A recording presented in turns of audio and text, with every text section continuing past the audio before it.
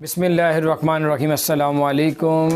मैं आपको बताना चाह रहा था कि यूके का वीज़ा किस तरह लिया जाता है। मैंने यूके का वीज़ा अप्लाई किया था तो मेरी पूरी फैमिली का यूके का वीज़ा लग चुका है और हमने एक विज़िट भी किया उधर का यूके का। मेरे बच्चे का, ये मेरे बेटे का और मेरा भी अपना, हम सब का जो है ना यूके के वीज़े लग चुके हैं।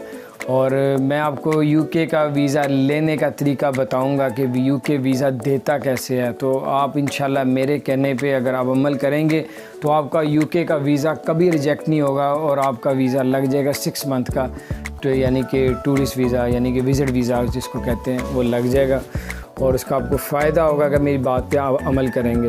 वो ये है कि अगर लोगों के जो वीज़े रिजेक्ट होते हैं यूके के, वो रिजेक्ट होते भी ऐसे हैं। यूके वो मुल्क है जो सिर्फ़ आपकी बैंक स्टेटमेंट पे ही वीज़ा देता है। अगर आपकी बैंक स्टेटमेंट की तरतीब अच्छी आ रही है तो आपको वीज़ा मिल जाएगा। जहां आपने गलती की, आपको बैंक स्टेटमेंट की वजह से रिजेक्ट कर दिया जाता है। जितने मर्ज़ी आप करोड़ों के प्रॉपर्टी शो करवा दें, बिज़नेस शो करवा दें, बैंक स्टेटमेंट की तरतीब नहीं सही तो आपको वीज़ा नहीं मिलेगा। मैंने जैसे वीज़ा लिया है और मैं आपको वही तरीका बताऊंगा, बाकी लोगों को भी ऐसे ही मिलता है, 100% ऐसे मिलता है। यूके वीज़ा देता ऐसे है। और पहले मैं आपको बताता हूँ वो इन वीज़ा रिजेक्ट क्यों करता है। वीज़ा रिजेक्ट ऐसे करता है कि लोग जब यूके का वीज़ा अप्लाई करते हैं तो बड़ी बड़ी अमाउंट्स डाल देते हैं बैंक स्टेटमेंट में, यानी कि अकाउंट्स में 5 लाख डाल दिया, एकदम 7 लाख डाल दिया, 2 लाख डाल दिया, 3 लाख डाल दिया और फिर आप बाद में शो करवाते हैं मेरी इनकम जो है महीने की 2 लाख रुपये, 1.5 लाख रुपये मिसाल के तौर पे। आप डाल रहे हैं 5 लाख, कभी 3 लाख। तो वो देखते हैं जब आपकी स्टेटमेंट, वो कहते हैं इनकी महीने की आमदनी जो है वो 2 लाख है, इसमें एकदम 5 लाख कहाँ से आ गया है, इसके क्या मामला था, किधर से पैसा आ रहा है, क्यों आ रहा है। वो शक में पड़ जाते हैं, वीज़ा रिजेक्ट कर देते हैं। अगर आप वीज़ा लेना चाह रहे हैं तो अगर आपने अपनी इनकम अगर शो करवाई है, सैलरी शो करवाई है या बिज़नेस प्रॉफिट शो करवाया 2 लाख मिसाल के तौर पे, या 1.5 लाख, 50,000, जितना भी आपने शो करवाया, 2 लाख पे मैं आपको मिसाल देता हूँ, 2 लाख शो करवाया तो आपने अगर वीज़ा लेना है तो ये तरीका इस्तेमाल करना है जो मैं अभी आपको बताने लगा हूँ। वो तरीका ये है, अगर आपने 2 लाख शो करवाया है कि पर मंथ मेरी इनकम है, तो आपने पहली से लेके फर्स्ट यानी कि पहली तारीख से लेके 5 तारीख तक के अंदर अंदर आपने 2 लाख रुपए अपने अकाउंट में डाल देना। फिर अगले महीने की जब पहली से लेके 5 तारीख तक आपने 2 लाख रुपए फिर डाल देना। आप डालेंगे तो उसमें से 50,000 रुपये आपने निकालना है, यानी कि 50,000 का आपके घर का किचन होगा, बाकी आपके पास बचेगा 1.5 लाख रुपये। 6 मंथ की आपने बैंक स्टेटमेंट लगानी है। आपने 2 लाख डाला, 50,000 निकाल लिया, बाकी बचा 1.5 लाख। फिर अगले महीने की जब पहली तारीख शुरू होगी, पहली से लेके 5, फिर आप 2 लाख डालेंगे, फिर 50 लाख निकाल लेंगे तो आपके पास कितने पैसे बचे? आपके पास बचे 3 लाख रुपए। फिर अगला माह आएगा, फिर आपने 2 लाख डालना है, फिर 50,000 अपने किचन का अपने खर्चे निकालने के लिए अपने बैंक से निकाल लेना और पीछे आपके पास बचेगा 3 महीने का 4.5 लाख रुपए। इसी तरह आपने 6 माह तक ये करना है। 6 माह में आपकी अमाउंट ये बन जाएगी 9 लाख रुपए। 9 लाख रुपया जब आप उसमें अकाउंट में आ जाएगा, ये लीगल होगा कि आपकी पर मंथ इनकम इतनी थी, इसके अलावा आपने कुछ नहीं डालना।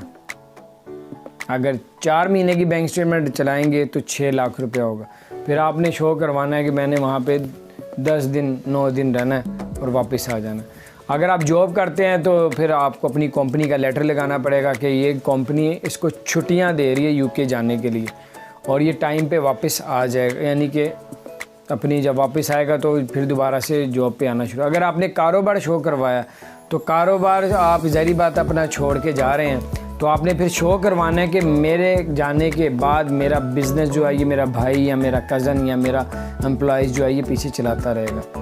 आपने शो करवाना है कि मेरा बिज़नेस पीछे ये मेरा जो है ना जो भी बंदा है आपका जानने वाला वो मेरा बिज़नेस देखता रहेगा, मैं 2 हफ्ते के लिए 10 दिन के लिए जा रहा हूँ। और अगर आपने फैमिली के साथ भी आपने अप्लाई करना है तो फिर आपने अपने बच्चों के स्कूल के भी तरफ से लेटर लगाना है कि हम स्कूल लिखे कि हमने इसको 2 हफ्ते के लिए 10 दिन के लिए स्कूल की छुट्टियां ली हैं इन्होंने यूके जाने के लिए, तो वापस आएंगे तो फिर बच्चे स्कूल आना शुरू हो जाएंगे।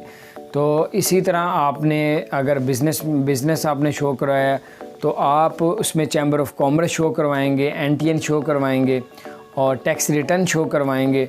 और आप साथ बिज़नेस जो अकाउंट होगा आप वो करवाएं या ना करवाएं, अगर आपका चल रहा है बिज़नेस अकाउंट तो फिर आप उसको तरतीब नहीं होती बिज़नेस अकाउंट की, उसमें 5 लाख डाल रहे हैं, 50 लाख डाल रहे हैं, 10 लाख निकाल रहे हैं, कोई मसला नहीं, कोई बिज़नेस अकाउंट के बारे में नहीं पूछा जाता। जो पर्सनल अकाउंट होता है ना, करंट अकाउंट पर्सनल अकाउंट होता है, उसके बारे में यूके देखता है कि इसने अपना शो करवाया 2 लाख रुपए और इसके पास ज़्यादा पैसे हैं तो वीज़ा रिजेक्ट कर देते हैं, 100% रिजेक्ट कर देते हैं। और अगर आप तरतीब इसी तरह देंगे जो मैंने अभी पहले बताई थी तो आपका वीज़ा 100% इंशाल्लाह ताला लगेगा, अल्लाह के हुक्म से इंशाल्लाह रुकावट नहीं आएगी।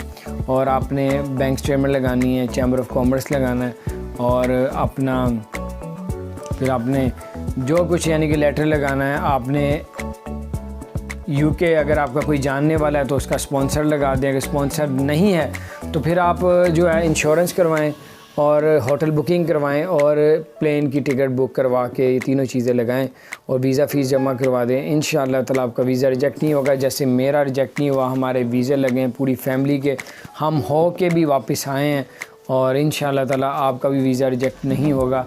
और जो मैं आपको तरीका बता रहा हूँ, यूके सिर्फ आपकी बैंक स्टेटमेंट पे वीज़ा देता है, कोई प्रॉपर्टी पे वीज़ा नहीं देता, कोई आपकी बिज़नेस पे वीज़ा नहीं देता, आपकी बैंक स्टेटमेंट देखता है, जेन्युइन है तो आपको वीज़ा मिल जाता है। हमारे चैनल को सब्सक्राइब करें और बेल आइकन को भी प्रेस करें ताकि नई से नई वीडियो उसकी अपडेट्स आप तक पहुँचती रहे। अस्सलाम वालेकुम रहमतुल्लाह।